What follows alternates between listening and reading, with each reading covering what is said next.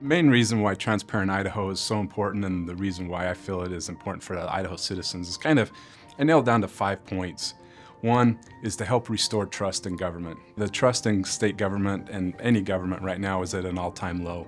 And if there's anything we can do to help build that trust back, that's a key point. And so being able to show where the dollars, where the money, where everything's being expended, if it's a small little portion of what we can do to help restore that trust.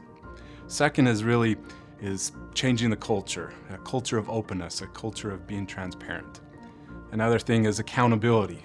Growing up on the farm, my mom could hear anything, and so she could always hear me trying to sneak into that cookie jar. And so from that standpoint, if we have 1.9 million Idahoans watching the cookie jar, as an analogy, maybe everyone's not going to be reaching into that cookie jar as easily. Another key part is to deter fraud. Supreme Court Justice Brandeis said it. He said, "Sunshine is the best form of disinfectant." And I really believe that, of being able to shine that spotlight into any corner and show where those dollars are being spent. And last is a key part is, I think it's super important for policymakers to have data-driven decisions so they can trust the numbers they've been given and make those policy-making decisions.